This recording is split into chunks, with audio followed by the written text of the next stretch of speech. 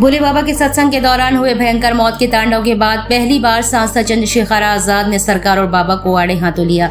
बिना किसी भेदभाव के अधिक से अधिक आर्थिक सहायता मृतक आश्रितों को देने की मांग करते हुए ढोंग और पाखंड से बचने की अपील की। सत्संग के दौरान हुई 123 मौतों के बाद किसी दल ने बाबा के खिलाफ एक शब्द भी नहीं बोला, मगर आज नगीना के सांसद चंद्रशेखर आजाद ने जमकर सरकार और बाबा को कटघरे में खड़ा करते हुए इस घटना के लिए सरकार को जिम्मेदार बताया। लाखों की संख्या में भक्तों की सुरक्षा के इंतजाम नहीं थे। उन्होंने बाबा से कहा कि वह दलित तबके के इतने बड़े हितैषी हैं तो अपनी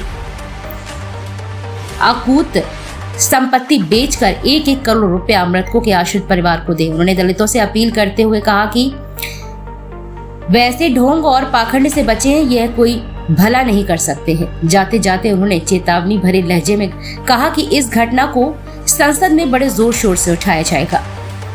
दोषी मानते पूरी घटना को लेकर देखिए, सबसे बड़ा तो फेलियर एडमिनिस्ट्रेशन का है और सीनियर अधिकारियों का है, जिन्होंने किसी बाबा के भरोसे इतनी बड़ी जनता को छोड़ दिया। जैसा मुझे अभी बताया गया कि भाई बाबा के सत्संग में कोई अंदर नहीं जा सकता, अंदर वो अपनी व्यवस्था रखते हैं। ये समझना पड़ेगा कि लोकतांत्रिक देश है और लॉ एंड ऑर्डर की जिम्मेदारी पुलिस और एडमिनिस्ट्रेशन की। बाबा को किसका संरक्षण प्राप्त है? बाबा के भरोसे नहीं छोड़ा है। दूसरी बात, इस बात पे भी गौर करना पड़ेगा कि 80,000 लोगों की जिम्मेदारी में कितने लोगों की व्यवस्था लगाई।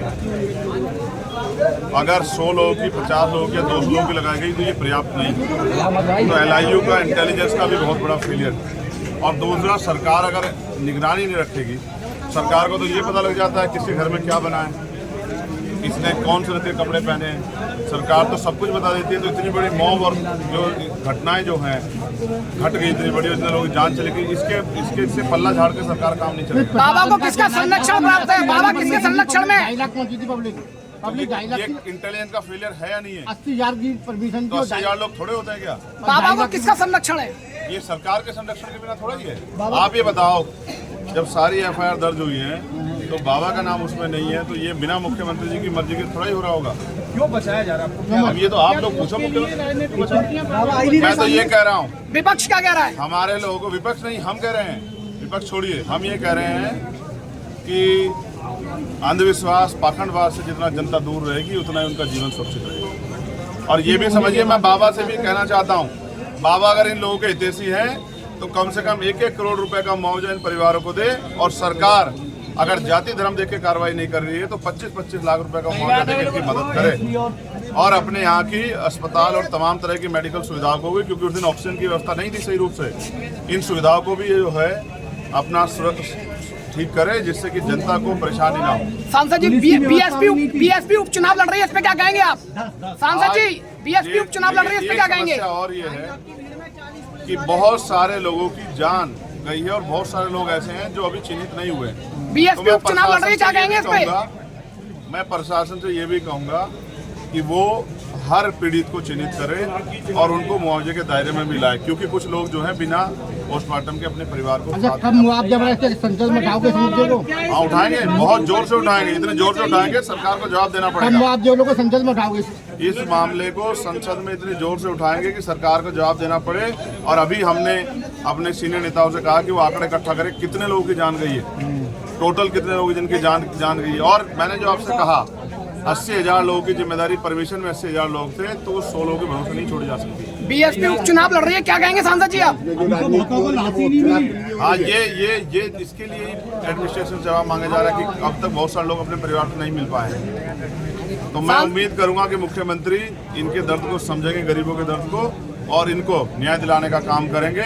और दोषियों पे, चाहे वो बाबा हो या कोई और हो, जब न्यायिक आयोग बन गया तो वो फेर जांच करके कठोर से कठोर कार्रवाई पे हो। और मुझे ऐसा लगता है इन बाबा को इसलिए बचाया जा रहा है क्योंकि बहुत सारे बाबा इस काम कर रहे हैं। अगर एक बाबा पे कार्रवाई होगी तो आने वाले कल में दूसरे बाबाओं पे भी कार्रवाई होगी। बीएसपी उपचुनाव लड़ रही है, क्या कहेंगे सांसद जी इस पे? बीएसपी उपचुनाव लड़ रही है पहली बार। यार, इतनी बुरी पीड़ा में हैं लोग, अब आप चुनाव में घूम रहे हो। ठीक है, चुनाव तो चलते रहेंगे, सबको अधिकार है लोकतंत्र में रहने का।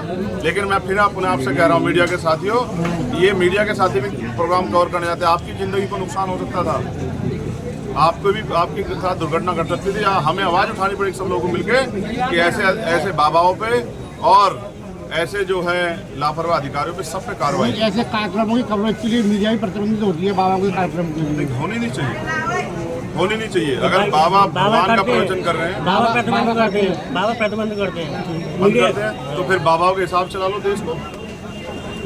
क्या बाबाओं के, ये संवैधानिक देश है, ये लोकतांत्रिक व्यवस्था चलेगा, इसमें एडमिनिस्ट्रेशन, पुलिस और बहुत सारे न्यायपालिका, सब लोगों को पावर है। तो बाबाओं के साथ देश चलाओगे तो फिर यही घटना होगा। मैं लोगों से अपील करूंगा कि बचे अंधविश्वास पाखंडवाद से और अपने घर पे ही अपने इष्ट को मनाएं। धन्यवाद।